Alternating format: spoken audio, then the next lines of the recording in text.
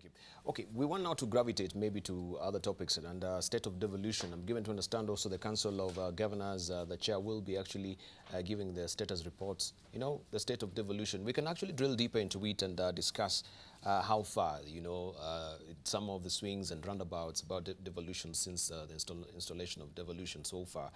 But we can begin with the Senator Poghisio. First of all, I think 1 billion shillings was set aside to the senators to be custodians of what is happening in the counties as well, because you've expressed before frustrations that you are not given the wherewithal, even if you're to oversee what is happening within the counties, you don't have the wherewithal, and that I think there was a budget was set aside, and right now you've been given that cash, isn't it? 1 billion shillings. That we'll get to know after the actual passage of the budget. And I would be very happy if that happened. I'm really very optimistic. But Debarl, let me just ask the viewers, because I believe that the first generation of governors and county governments had no oversight, very little oversight. And if you compare their performance and now the performance of the second generation and going on with oversight, you'll see the difference. And so that we need to see that the guys in the first generation were grappling in dark, and there was really, they were not able to work with senators as such, and the senators could not reach the places where the development was. So now we need that. We are not going to do development, we want to do oversight. That's what we are saying. And if Kenyans need to know, a lot of the money, little as it might be, that percentage of money is going to the counties, even that needs to be looked at so that carefully it's not looted, it's not misused, and that it goes to do the thing that develops our people and makes the lives of our people better. So I agree, if members of the Senate get this money, so that it will go a long way. And so that is the state of devolution. I'd like to hear what the chairman is going to declare, or the Council of Governors is going to declare. But I do believe that they must declare that they need more money to go down for the devolution, and that's what we are all fighting for. So more monies go down to the real people down on the ground, but must go in a structured and well protected way. Right. Yeah. And the whole aspect of the issue of resources sharing, because I think that also will be a big one, and many bills will come to the fore. We've seen what happened also with Turkana yesterday, and still the locals are feeling, yeah, we are taking special umbrage because we still have the 5%, and the 20% is going to the county government, and so they were feeling, why can't we really up the ante? Why can it not be 10, right? So there will be a towing and froing when it comes to resources. Maybe we'll discover there's a gold in Tharaka Nithi, and then it will be a different kettle of fish altogether in terms of the national government and the county government. Let's hear from Muthomi before we come to you, Professor. Thank you, Debarl. First, I want to say that the success of devolution definitely can be felt every part of this country, although we can still do better. And I want to say a lot of responsibility falls in terms of change that can enable counties to get more resources. Distribution of resources lies with the Senate, because I've seen very many bills that control that being emanating from the Senate, ending in the Senate, and sometimes, of course, they have the final say. As to whether giving them more resources will enable better oversight, it will depend on how they can be able to prove that. I'm not saying they should not be given money. It is critical that they are made to be more effective in their role of oversight, and of course in making the laws that can actually be able to defend devolution. I remember in the National Assembly where I sat with Dr. Nyikal, one of the reasons why National Assembly could not allocate money to the Senate, or rather they did not support that, was the fact that there seemed not to be very clear structures on exactly how this money is going to be utilized in oversight. Was it going to be put in the bank account of the senator and told to go and oversight, or they're going to be a structure and have particular programs that are going to be supported with that money. To me, if these, apart from the Senate, if there's an institution that requires resources to ensure that funds or resources are not lost in the counties, it's the office of the Auditor General. Because what the Auditor General does, what you normally call audit, is normally sampling. You can find, for example, in a county where so much has happened, the Auditor General maybe has just picked up about 20 out of 200 projects, which is supposed to be a random sample. Supposing what was left out is where really the devil is entrenched in the details. So we need to also empower the Auditor General to be able to check on the resources. But as I finish, allow me to raise my concern on the formula that is currently being used to share resources in the counties at the moment. One that was used even this financial year by the Senate, the CRA, and of course supported by the Senate, where the formula favors more of the surface area, or the area vis-a-vis the population. And you wonder, do we really serve the landmass, or do we serve the people themselves, the population? Because there should be consideration of population density. If you give me too much money because I have too much vast land, what happens to a place where we have very little landmass, but too many people? Yeah, that is a big problem. And then whatever formula is used to come up with with the poverty index, I remember I normally hear the name of Professor Anyang Nyong'o being mentioned in the background. That time when I was the minister with Operan, he came up with the poverty index in this country. I don't know what formula was used to the extent that some parts of this country which are very poor have a very high poverty index. Where you find a county like Tharaka Nithi is rated as a top 10 in terms of being rich. Yet we have a place there where we have some locations that even require to be in the category of those who normally receive the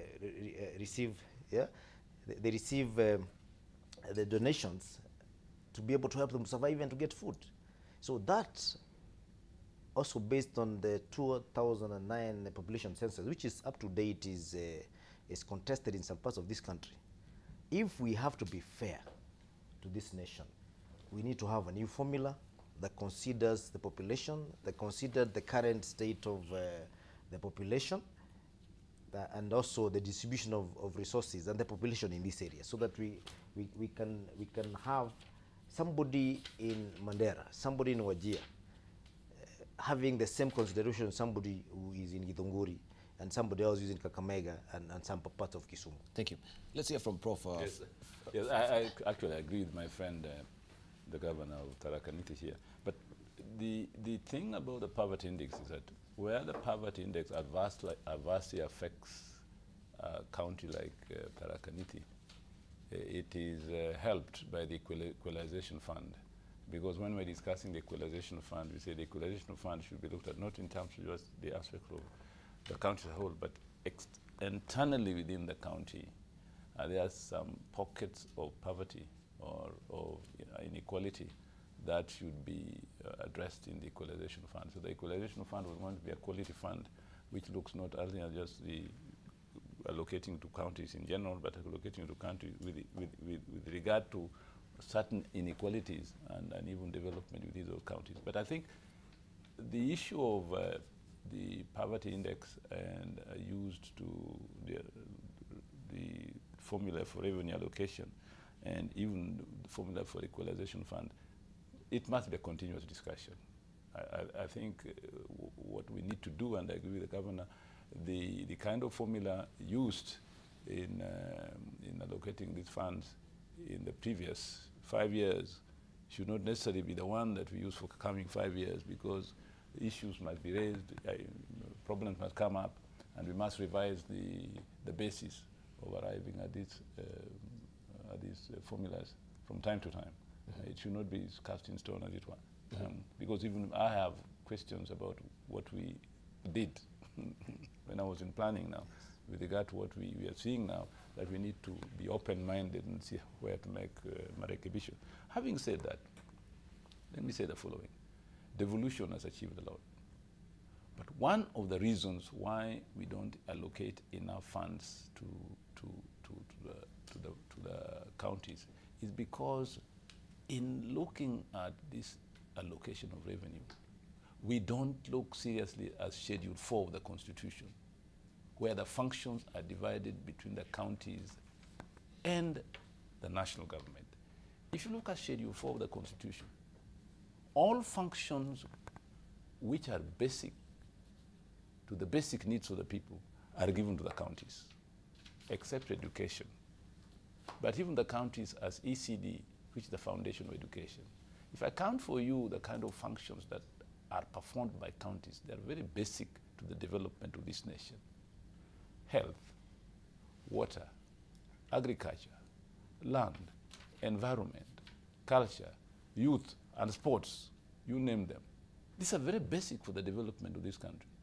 And if indeed we are going to score higher indices in the GDP per capita, then resources must be given to where it matters in the counties.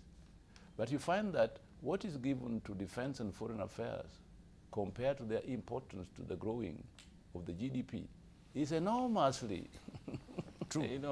unfair to what affects the GDP. So if you go to China, for example, one of the reasons why China is growing very fast, the Chinese realize that China is a very vast country. Let us divide China into provinces and give provinces enormous powers for development so that a province in China can come to Nairobi and hold an investment conference. It can come here just as a province. A province itself can attract foreign investment to go to France and negotiate with the French government for investment there. And within no time, China has grown very well because they know what devolution means to the national development. Now, our approach to development in this country where devolution, devolved governance is grudgingly given resources, is actually destroying the basis for development in this country as a whole. So I think that this handshake, and I think that what I saw when we went with the president to Cuba and discussing the issue of health, and now realizing that if we are going to develop health properly, let us bring in the counties to the center stage and having dialogue with them and making sure that when we are talking about resources, for example, universal health care, it is a county affair and resources must go there. I think it is important. So that we are not just talking about countries because we are governors. We are talking about countries because the Constitution recognizes countries as an important aspect of development in Schedule 4 of the Constitution. Finally, when it comes to the senators having this oversight role, I think it's very important. But first, we must look at the Constitution and the various acts derived from the Constitution that manage devolution and see what institutions are envisaged from the Constitution and those acts where senators are given room for oversight. Let me give an example. In the Public Finance Management Act, it envisages that certain institutions should be established in the counties that involve others, like the senators. Okay, very important. In the County Government Act, likewise. In the Police Act, likewise. So you'll find about a lot of institutions envisaged to be established. Now, those institutions that requires the input of other actors quite often are not set up. Secondly, within the counties themselves, there are institutions to be set up for public participation from the grassroots, like the village councils. You'll find that most of the time, the last 5 years, they were not set up in many counties. These are the kind of things that the senator should go and have discourse with in counties. Have you set up the requisite institutions for devolved governance? If you haven't, why? And if the Senate should do something about setting up those constitutions, then that dialogue should be about the Senate doing so. So, given the senators resources of oversight should not be looked at as giving the senators power for inquisition. No, it is not for inquisition. It's for setting up institutions, carrying out dialogue for devolution to work properly. All right. Let's hear from Okong'o. So it's not really for probing, yeah? The power of probing. The probing bit of it is done by the Auditor General. For example, Yes. personally as a governor, I invited the Auditor General to send into my county a special audit, both of the previous government and of us, what we've been doing for the last, when we came into office. And I asked the Auditor General, can you come, one of the terms of reference for this special audit is find out whether they have proper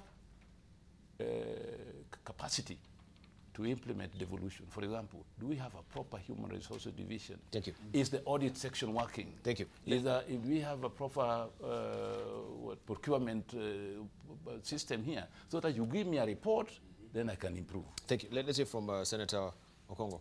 Yeah, I think Debarl, it's good that we are seeing a reduced opposition by the governors on this oversight fund, because in the past, I think governors have been very hostile, and to some extent, even my good friend Nyikal will tell you that even from the National Assembly, the members of National Assembly have never been comfortable with this idea of senators getting funds to do oversight on the counties. But I think if you really look at the structure of our constitution, this is a role that we share between the Senate and the National Assembly.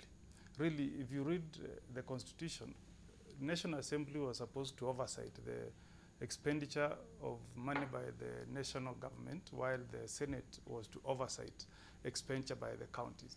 But we have had problems, and I think we have become, I don't know, a bit innovative, and given members of parliament some role of development using CDF.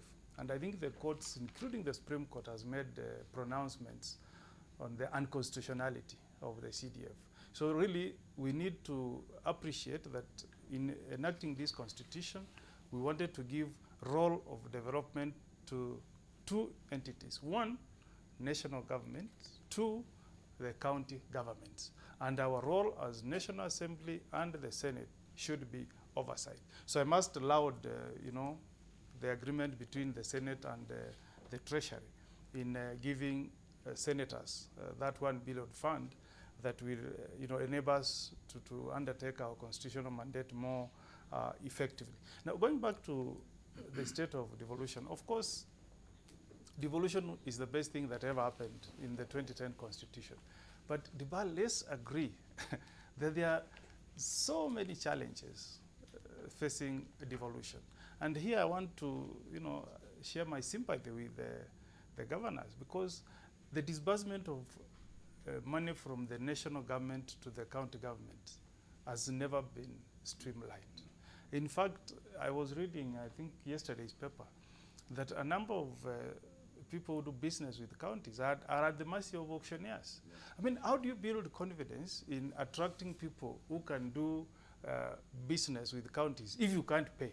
If you want to build a hospital and you cannot attract a good contractor who has confidence that once I undertake this duty, and we are not talking about air supplies like NYS, but real people who are coming to do projects that we as a people can pick out and see, look, the county government of Kisumu has done a $1 billion hospital, and you pay the contractor. So this is a debate that we must bring to the table. You can't have a government that gives work to a contractor.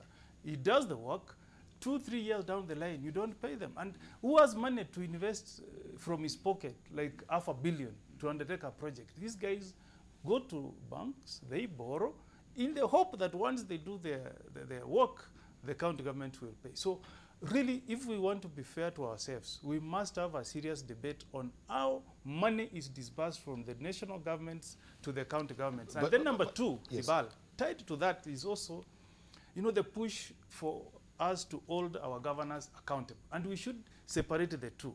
If we have issues of accountability from the county governments, then using a process that is fair and credible, you can say, we are not disbursing money to county X because they have issues of accountability. But now we have an issue where one county to the 47 are being denied resources. How will we see the fruits of devolution? Yes, but the issue of, before we come to Governor Muthomi Njuki, the issue of being denied money is not entirely true.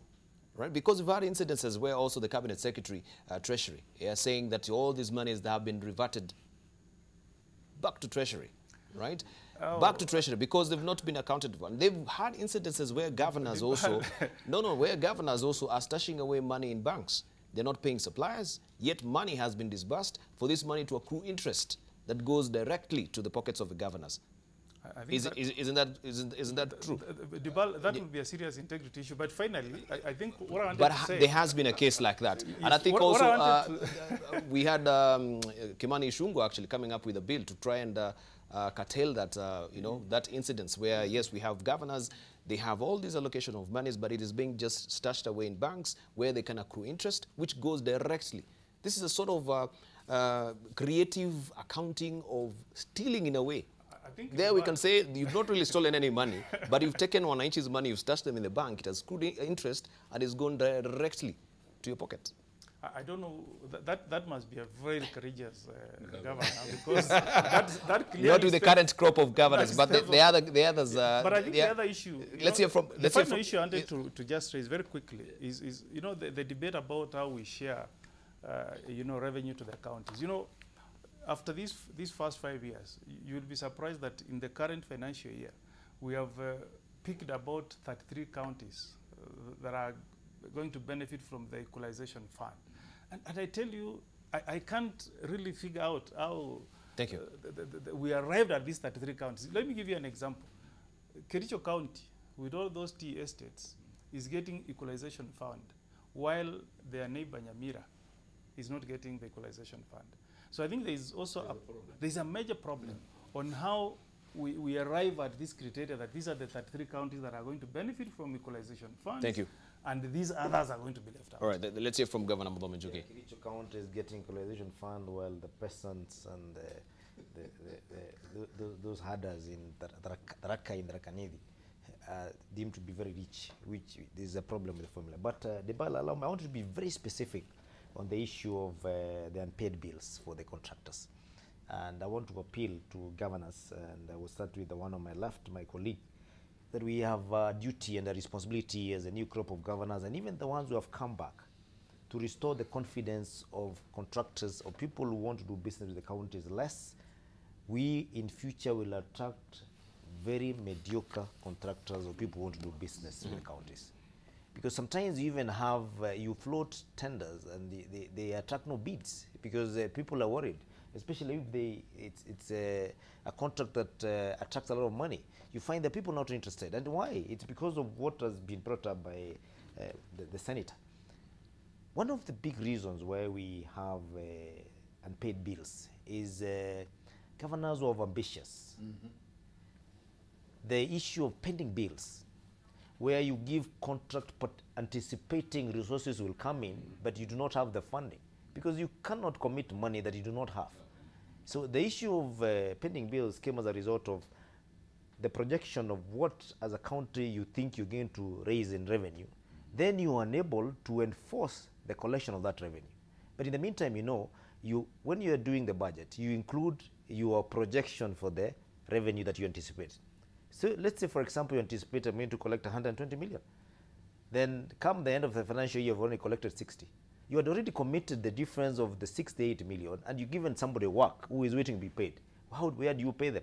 It means you have taken money from another contractor and paid the one who is harassing you so much, or vice versa. And then eventually, at the end of the day, you leave that to the next financial year as a pending bill. What happens when you go to the next financial year? You had committed other contract, because the project which are not done in one financial year, you do it gradually. So you cannot stop a project to be able to pay somebody who did a project finished, and there was no money allocated for that particular purpose. So we have a responsibility to make sure, let us commit contractors to money that we have. If we don't have, let's not commit. Thank you. Let's hear from Nyikal before we come to... Let me start by saying that devolution is the greatest reform that has occurred in this country. Even as you're preparing that, because I think we had Senator Okong'o raising a very important issue, because this round that has been going on oversight, yes, they have their monies, but also now they want to come and do also your job. You've been complaining about it, yes. We had issues of transport when we had the Public Accounts Committee from the Senate also. The overlaps that is coming between the National Assembly oversight and... I'm coming to that. Yeah. And I like to look at the bigger picture. So it's the greatest reform that has occurred since independence, because this is the institution that independent Kenyans took part in its creation. Yes. And the problem in my mind I'm seeing that we are facing is actually the problem of the how. And this devolution, what it does, it has made it possible, if you have funds, and we'll come to that, you can't, even if it's food, you can't put it at one table and call everybody from everywhere. It works better if you put it in different tables so that then people can access it. That will bring logistics. So in our situation, devolution is a good thing. It has taken money closer to the people. There have been sterling performance in some areas, and there have been very poor performance in some areas. That tells you, did we have a uniform system of going through it? And the how, in my view, we missed out really, I must say, when Schedule 6 of the Constitution, that Section 15, that created the Transition to Devolved Government Act that created the Transition Authority. I think we must agree that that did not work well, because that would have really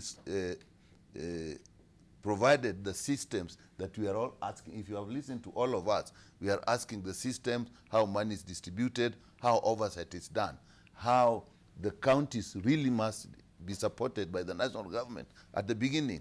That was there and it didn't work well.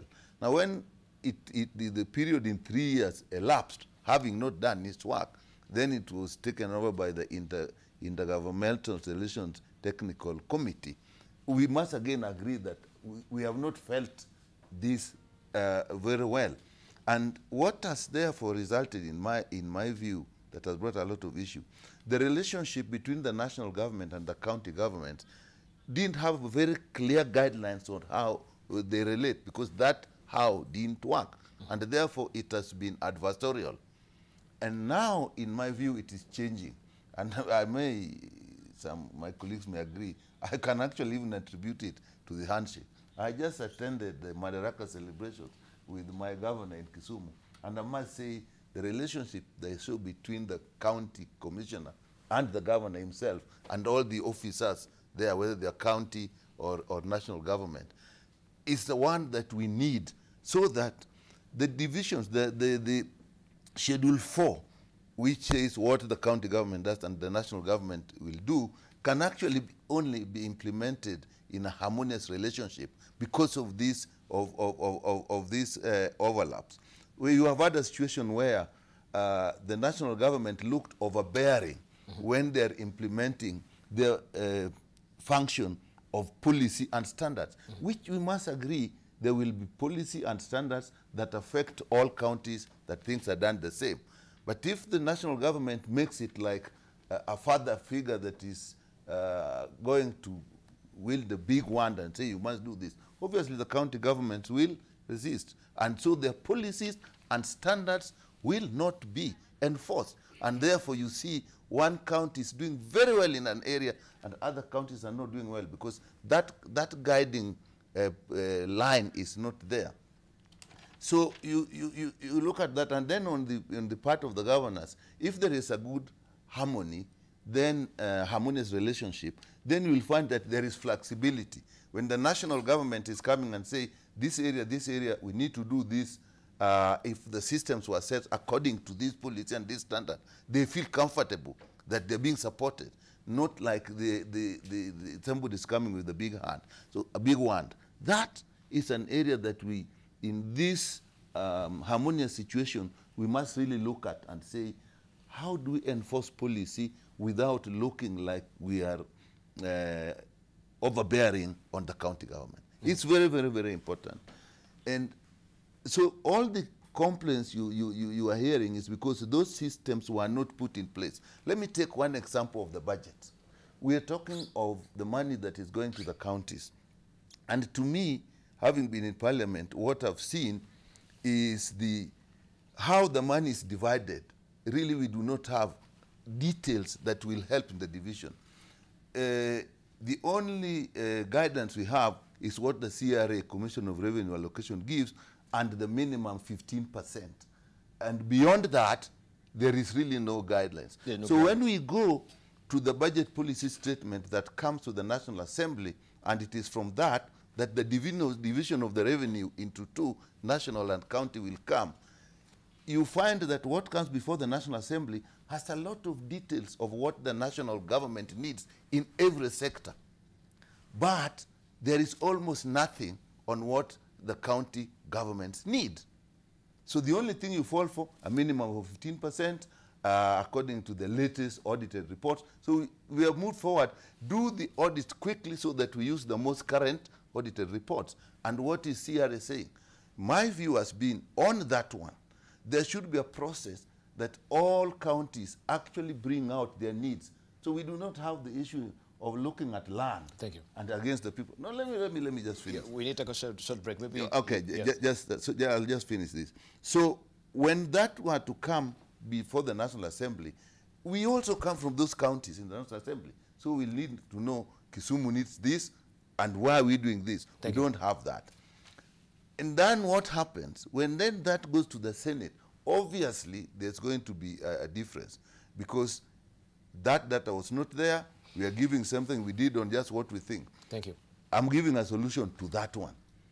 I think at the IBEC level, that is the intergovernmental budget. Sorry, I have to butt in because it's 8 o'clock. We promise to circle back with you. My suggestion is actually it's good we have governors here and we have senators here and MP, and my friend Njuki, who had also been an MP recently, is at the time that the budget policy statement is being made, I feel it is important, even if you have to look at the laws, that should be enough information in that document about what the counties need.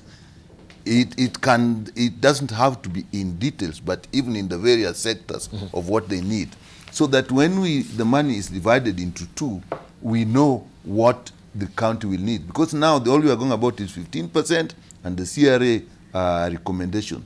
While for the national government, there's a lot of detail. You can relate to the details. And therefore, you'll find that it is easier for members of parliament to support that large amount that comes out of a budget of 2 trillion, only 300 billion is going to the counties. You have 1.7 remaining in the national government, and yet a lot of function is to be done there. So my suggestion, probably at the level of intergovernmental budget and the economic committee, IBEC, there should have been some process that started earlier, that they know at that level almost every detail of what is needed in the county, which can be summarized when this thing goes to the National Assembly. So that when that thing is passed in the National Assembly and it goes to the Senate, you don't have the usual argument that what do counties need so much money for? Because the national government has shown in figures, but the other one 15% and CRA. So I think that needs to be looked after. Then the other thing, again, I've said, is systems. When you are saying you can give the money, it's not said when, it's not said under, so it is left strictly to the national government. Hold on to that point. You don't have to finish all of them. Yes. Issue of the CDF and the MPs and the Senate. As Professor Nyong'o said, there is actually a provision in the Constitution where at the county level, all these people can actually sit together and look at what is happening, whether the money is CDF or where, because we are serving the same people. I think that should also be made effective. Let's say from Senator Poghisio, and in light of that, talking about CDF, I know also Senator Irungu Kangata is coming up with a ward county fund, right? What is the essence of that in the first place? We have a CDF. Why should we be having the ward county fund? And I think also when you had your county assembly in Kakamega, you're really loading this particular fund. Yes. Thank you very much. I mean, I think, you know, the number of MCAs that come to the conference and put pressure on everyone, because that's the nature of our politics. But it is true that there's a bill coming sponsored by Honorable Kangata that wants to seek a fund, just like CDF, at the ward level, While we agree in principle that development must be cascaded down, must really trickle down to the very foundation of our population, so that the MCAs can also oversight that. I think the idea is not to have money given to the MCAs, it's to have money allocated for purposes of doing development in certain counties, and they then can oversight that. Just the way we are trying to do this, the Senate cannot be the one to be purporting to do development when development are done by the county governments. But we need to be there to make sure that the reports coming, which are then done by the Auditor General, you know, have our input as well. Like I agree with what Professor Nyong'o was trying to say, was saying here, that we need to have the structures, all the systems that require devolution to succeed.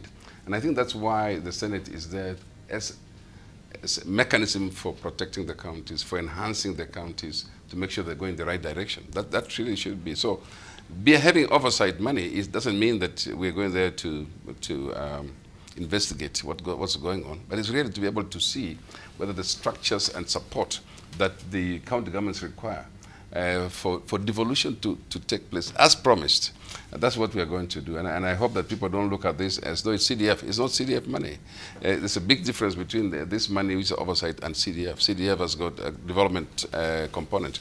This is not development component. This is basically enabling the senators to follow up on things that the community would be interested in. Right. Yeah. There's a viewer who's asking, following the interview and asking, can I ask the governors, why do they procure what they cannot afford to pay? Why do you procure what you cannot afford to pay? That's what one of our viewers is asking this morning. Yeah, Debarl was giving the scenario of what may have happened at the advent of devolution when it started in 2013. We are second-term governors, probably even those who were there before doing their second term, and we have learned from the mistakes that were made by our predecessors and the mistakes we made in our first term. And I said one of the problems is giving jobs based on what you project to collect. You know, sometimes also you can take a loan from the bank, and from your business you project that you'll make this much. You know, and sometimes you may not make that money, and you've already committed the money. Now we have learned we only commit what we have if we do not want to have pending bills per se. That is the most prudent way of managing that issue of unpaid or pending bills, which is really destroying people's lives and businesses. And of course, sometimes we had those who had the opportunity but did short the jobs, because maybe it was during almost towards the elections, and they felt that they were politically right, and therefore they will be paid the county government, they would threaten, I will not support you, and all those kind of things. And of course, it ended up being a mess, where you find people who have done shady jobs, they want to be paid. You've delivered goods that are substandard, you want to be paid with taxpayers' money. All those are there. But I'm sure, I'm not only speaking for myself, I've had a conversation with most of the governors, including my colleague on the left, Anyang Nyong'o.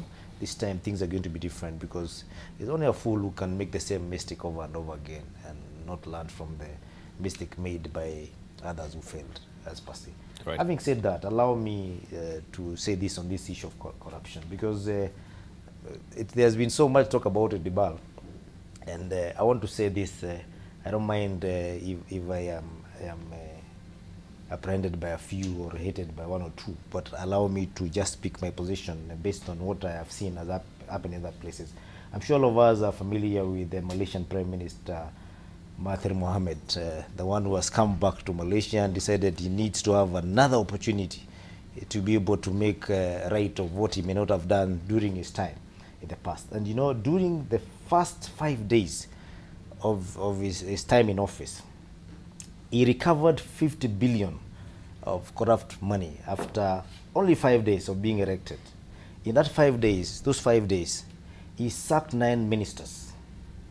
He shut down the airspace so that those people with looted monies cannot escape.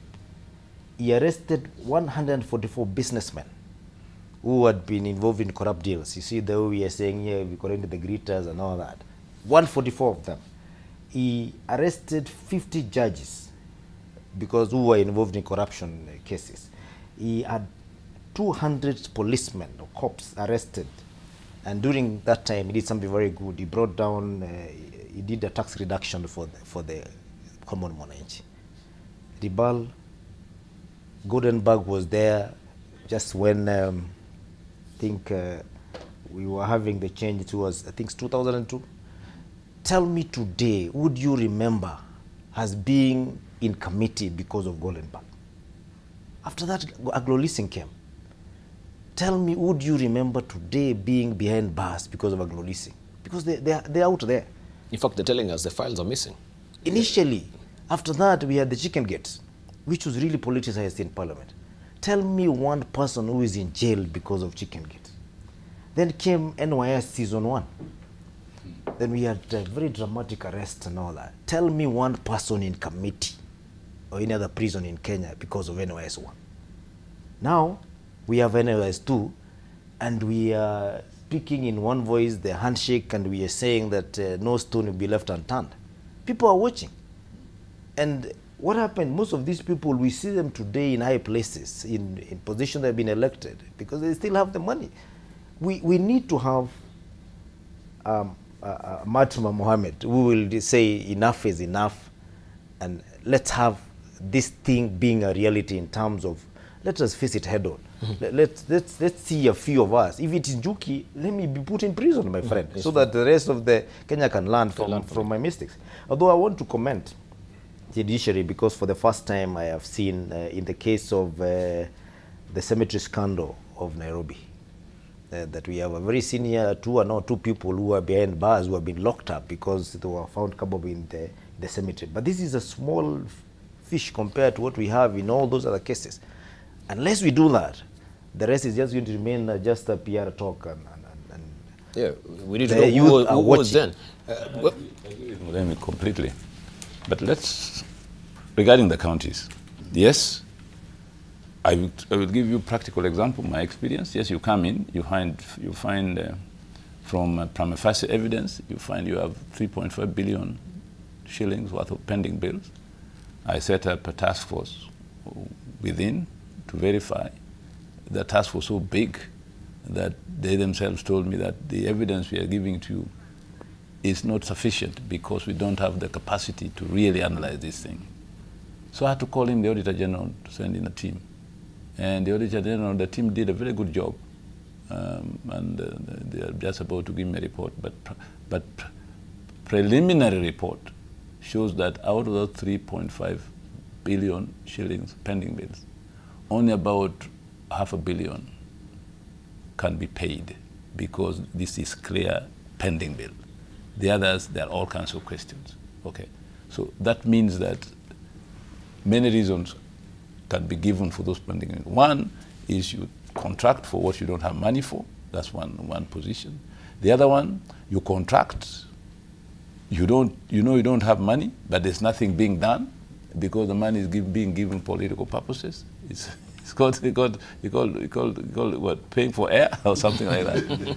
The other one, again, as you say, there's fictitious bank transactions, yes, where banks are also involved, by the way, because they also get their cut. Yes. Okay.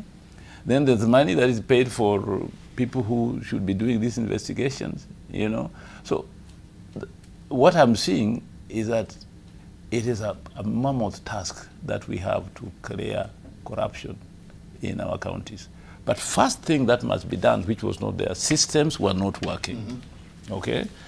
There was inadequate personnel, round pegs in square holes. If you don't have an effective procurement system, an effective audit system, okay, and also an effective public service with qualified personnel, a lot of things will go wrong. You see, books will be written wrongly. People will find that they give information which is not effective, and so money is paid when it cannot be accounted for. But good news is that these things can be done. These things can be done if you use the right approach, if we work together with the national government, which has the resources. Thank you. And that's what Senator Nyikal, MP Nyikal was saying. If during the transition period, the national government took very good interest in counties and made sure that the personnel being transferred to the counties would help the counties, build the counties, things would have been done better. Right. But that's what under bridge. Let's now undertake reforms both the county and national level and make devolution work. I think maybe we need also to clarify for us, because I think from your county you're celebrating 118th birthday, and we give it to understand also you've cleaned up the county, the road system now is underway, is working. First of all, you can tell us a bit about that and this particular row that is developing between you and Nandi County on the border. What is it all about that we don't really understand? And, and previously we saw you shaking hands, having a handshake also, saying we'll work together. Then comes a few days after. Actually, I was surprised when I saw that, and I didn't actually act. I just said that, well, I'm waiting for a petition, if somebody is trying to petition us about the country. But then Governor Sang told me that that petition had been handed over to the IBC because of public interest, and that's now for the IBC to deal with it. And we are going to have a summit on the 8th of June of the Lake County Economic Bloc. And I think we'll discuss it as governors of the Lake County so that we can sort out the issue. But what is more important, to me, I don't think this issue of boundaries is going to solve anything, because there are too many issues of boundaries all over Kenya. The most important thing is to have development. If we are going to having effective trade with Nandi, we have a road system that unites us, and we have the Nandi and the Kisumu people investing in each other's county, all these things will disappear. What's the point of fighting about thin cows across the, across the boundaries and the sugar industry, which is not working? Let us get the sugar industry working for the benefit of the border counties. Let us make sure that the dairy industry working both Nandi and Kisumu County, so that when those Nandi have a cultural right to go and steal, the idea of stealing to graduate from one age group to the other should also be discussed and discouraged. Thank you. So I think those things can be done. But finally, let me just say one thing. Look, all is not rosy in Kisumu County. We are still dealing with the issue of tremendous under-resourced development projects. Building roads in a place like Moroni or Nyando requires a lot of money because of the topography and the soil and so on. And that is why, one, the law on PPP should be straightened so that we can have public-private partnership implemented much quicker and more smoothly, so that we can do things like roads, which require a lot of money, not just gravel roads, but tarmac roads. Secondly, apart from that, I think we should realize that when we are doing major projects, you know, this culture of you give a tender of 1.5 billion, oh, somebody has eaten. I mean, look, if you're going to go a good road, money has to be spent. Mm-hmm. The most important thing is to ask, have we set up proper institutions of tendering and giving contracts so that they're used accountably? Thank you. And of course, we have to give it to you as well for cleaning up the city. I had people really lauding you as well. Let's say from Okong'o, first of all, the issue of ward fund.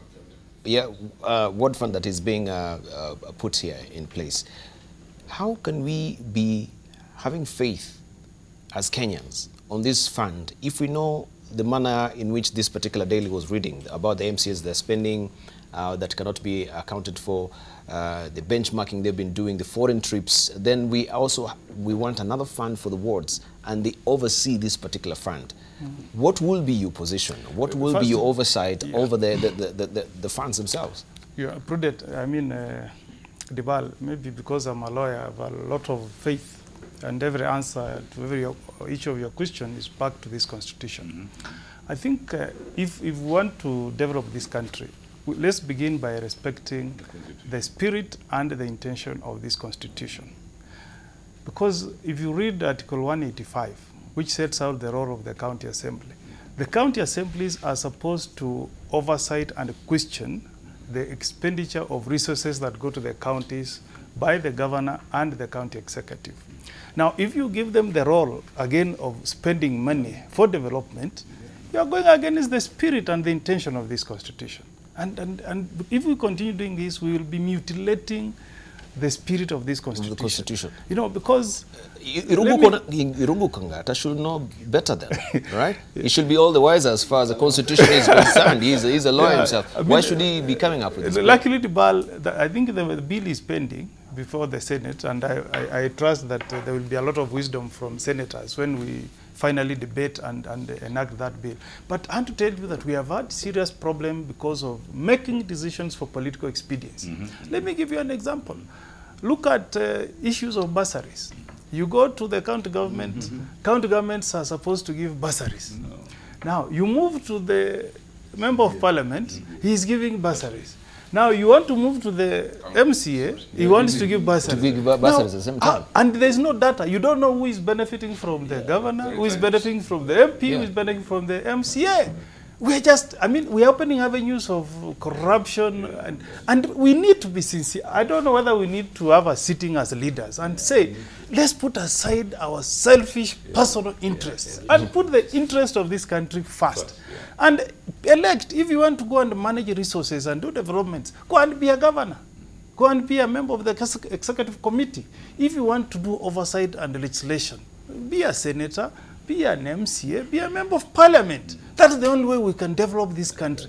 If you find that the county governor here is supposed to develop a road, the MP is coming again with CDF to develop the same road. Really, what kind of joke is that really to work? We are misusing our resources. Misusing so really, the resources, and of course here again we want to raise taxes. Yeah, Because, well, you know. So on the other hand, we raise taxes, we misuse the, and then we have this vicious cycle. Yeah. That we cannot really account so for this really, money. as leaders, let's have faith.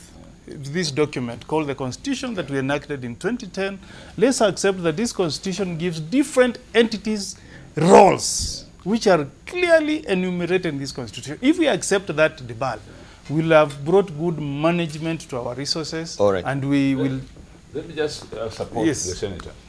In my county, apparently, the county assembly passed a law previously that the county government should give bursaries to high school and so on. I told them, in my own opinion, given the constitution, that law was unconstitutional, definitely. Because in terms of education, the county government is only in charge of ECD, period. The rest of education is for the national government. Secondly, the county government is only in charge of what you call vocational training centers. And those are really needed by students graduating from standard 8, standard 4 to give them skills to be productive work. And you need money, the least money that we have, to finance the vocational training centers and to have proper ECD. Giving bursaries to people going to high school and universities and so on is not the responsibility of the county government. Thank you. However politically popular it may be. Right. Yes. The only problem with what my friend Anyang Nyong'o is saying is when they are not standardized.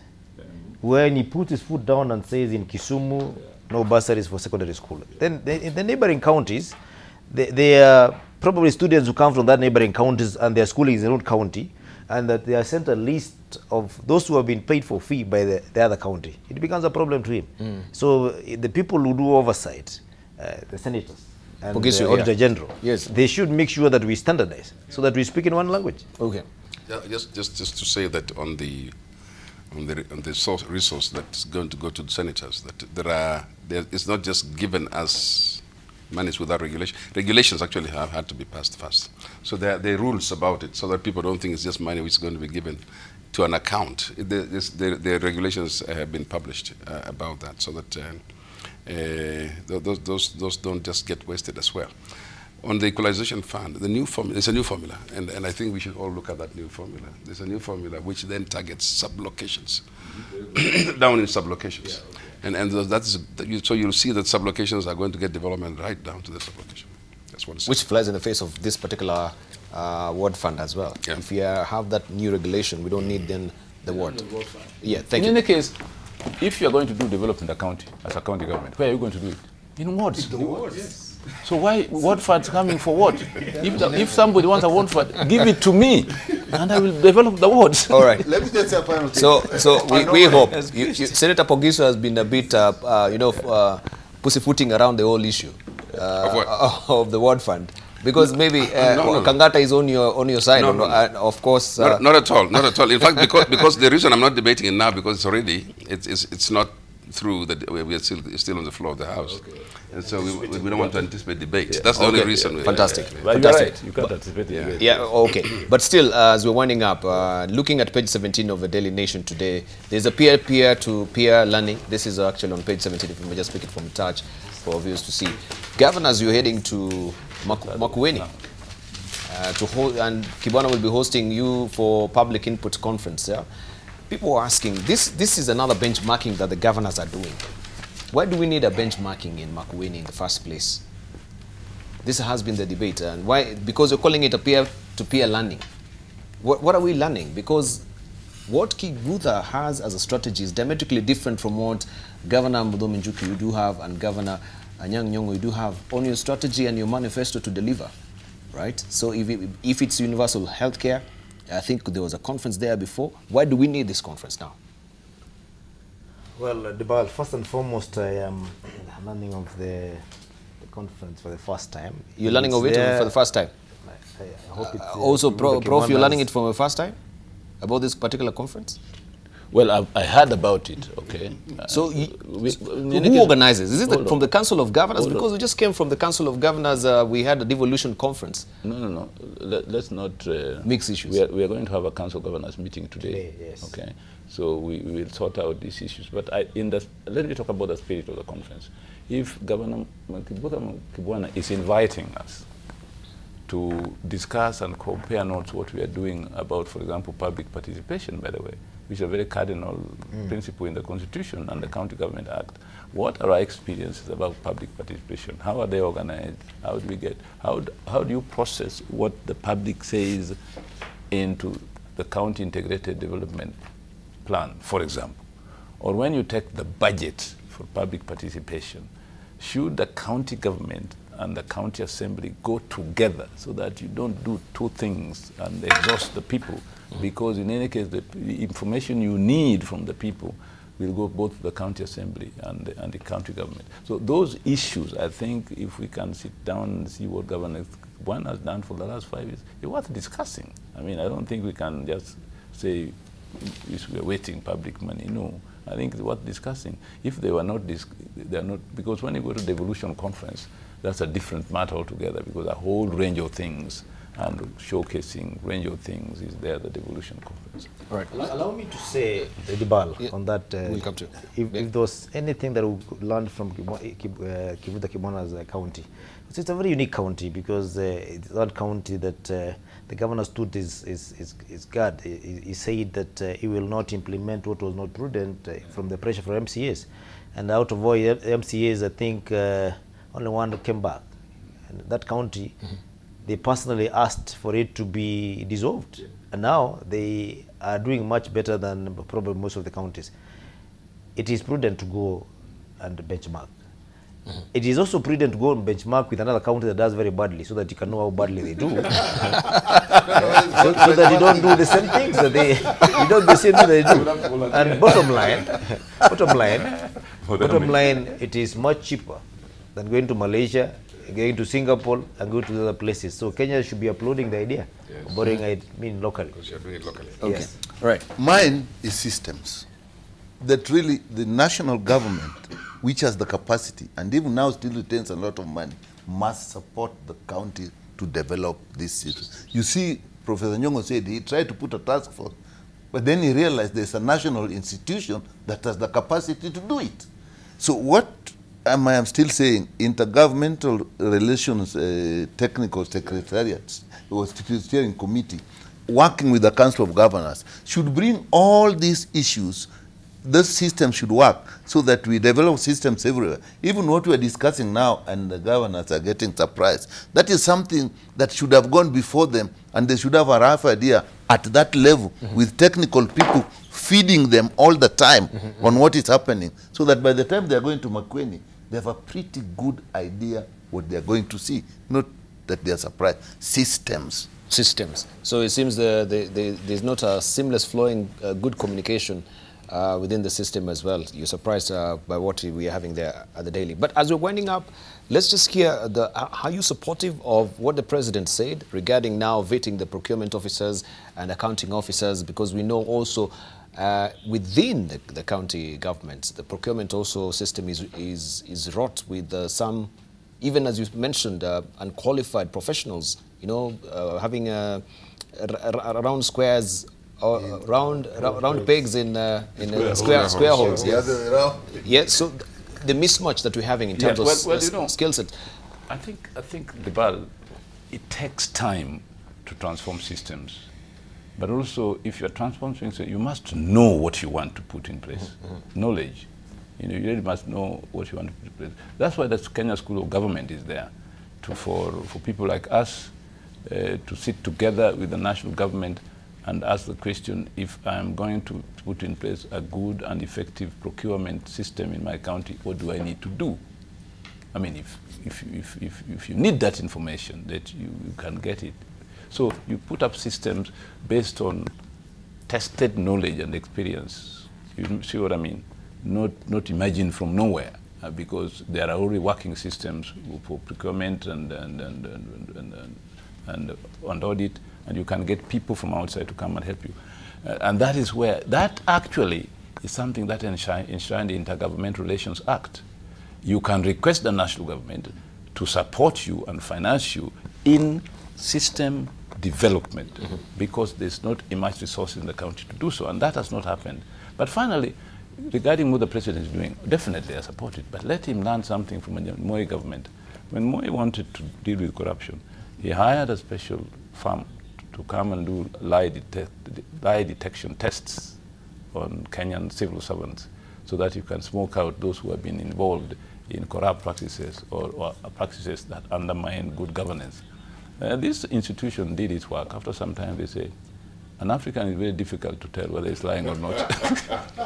Because, you see, you come and talk to him about something. And a lie detector said, works as follows. You will come interview and so on. 2 or 3 days later, they interview you again to find out whether you have varied the story. Because if you are lying, when you come to, you could then, the story will not be the same. But an African, you talk to him during the day, you wake him up at midnight, he will tell you the same story. So I don't know where the lie detector test is going to work. The only thing that the lie detector is such that people who understand it can bypass it. If there's a biology about it. They can bypass it. Yes. If you understand. This is from a medical perspective, yes, of course. Yes. Let's say from Senator Okong'o. Yeah, I think, I mean, first, really, I cannot agree more with my two governors here. The importance of benchmarking in Emakwen. And I think Kibwana leads in respecting the spirit of the Constitution. You know, I understand that 120,000 people participated in passing the country integrated development plan. Could be the first ever in this country. So I think it's good that our governors go there and learn something. Now, this idea of vetting, Debarl, yes, you know, we have a history as a country. And if the president wants to do it differently this time, yes, maybe you should begin by, first of all, passing an act that will set out the criteria for vetting these people and the test, you know, the minimum test that they should pass before they are affirmed in office. Why am I saying this? We saw what took place during the vetting of the police, where, I mean, it's ridiculous. Somebody comes to the vetting board and says, I've never spent my salary for 10 years. And he has millions in a bank account. And then he says, I've just been doing trade in maize. And he's cleared to continue serving. Yeah. Can you imagine? It's ridiculous. So if we are going to go through another you know, mockery exercise like that, we don't need that vetting. Because how do you build confidence in vetting when people, how can you be earning money for 10 years you don't spend? You have millions in your account, in your bank accounts. You can't account how you got the money. And you are still cleared to continue serving. I think the exercise that we have had before has left us very disappointed, and I want to appeal to the president to begin by first enacting a legislation through parliament on the criteria that we are going to employ, the institutions that are going to be involved, the access of information for the persons involved.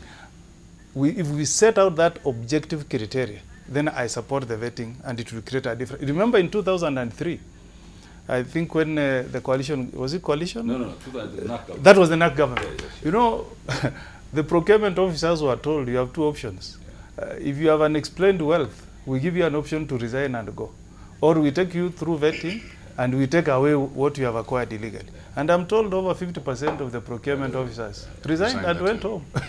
You know, so really, if we are going to do this, let's do something that has a very good objective criteria and something that will leave an impact. Thank you. Thank you. Let's leave it at that. I just want to say that vetting should be not at that level only.